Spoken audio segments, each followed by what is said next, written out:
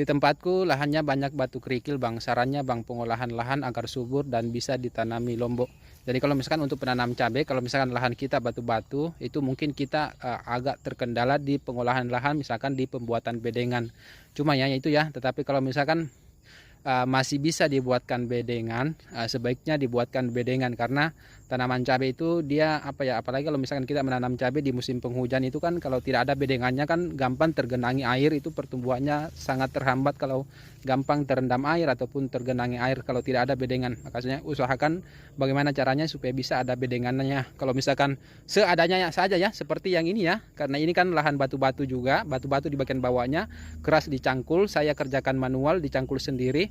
Makanya bedengannya tidak terlalu tinggi, cuma setinggi-tinggi ini dia ya, seadanya saja, yang pastinya ada bedengan lah, ada bedengan. Bagaimana caranya kita membuat bedengan seadanya saja. Terus yang kedua, tambahi pupuk kompos, usahakan menggunakan pupuk kompos untuk menyuburkan media tanam untuk memaksimalkan nanti pertumbuhannya.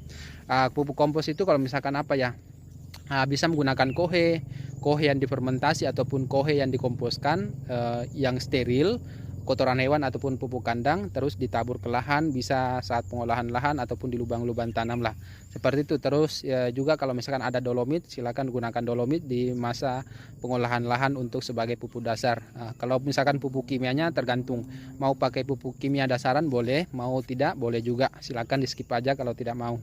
Yang pastinya itu yang penting di masa pengolahan lahan itu ya pupuk kompos. Usahakan menggunakan pupuk kompos ataupun pupuk organik kalau memungkinkan. Itu aja ya, bedengan dengan pupuk komposnya. Oke, semoga bermanfaat.